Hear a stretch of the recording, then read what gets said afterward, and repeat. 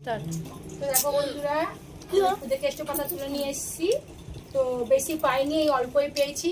তো এটাকে বেটে মাথায় লাগাবো। তো বুঝতেই পারছো মাথার জন্য খুদে কেষ্ট পাতা কত ভালো। তো এই রসটা করে মাখবো।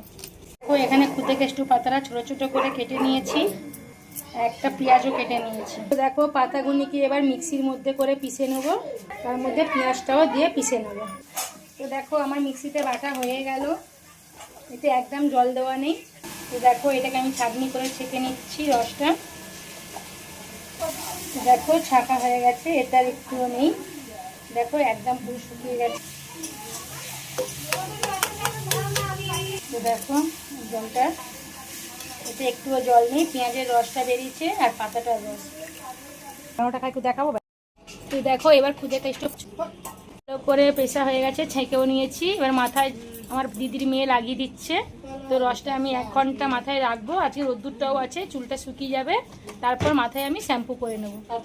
তো তোমরা যা হোক শ্যাম্পু করতে পারো, আমি কিন্তু ইন্দুলেখা শ্যাম্পুটাই ব্যবহার। মেরে যাচ্ছে, ভালো করে মাথায় সব জায়গায় দিবি জানকি। তো ভালো করে মাথার মধ্যে পুরো জায়গাটা লাগিয়ে নেবে, চুলটা ফাঁক করে করে করে। তুলো নেই তো, হাতে করেই দেনা, দেখবেন হাতটা কি সুন্দর কালো হয়ে যাবে।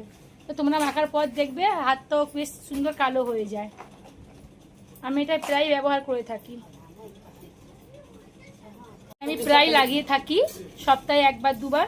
তো এটা লাগানোর পর আমি উপকারও পেয়েছি, কারণ আমার প্রচণ্ড চুল উঠতো, আমার চুলটা ওঠাও বন্ধ হয়েছে আর নতুন চুল গজাতেও আরম্ভ করেছে। তো তোমরাও এরকম করে ঘরোয়া পদ্ধতি লাগিয়ে দেখো, তোমরাও উপকার নিশ্চয়ই পাবে।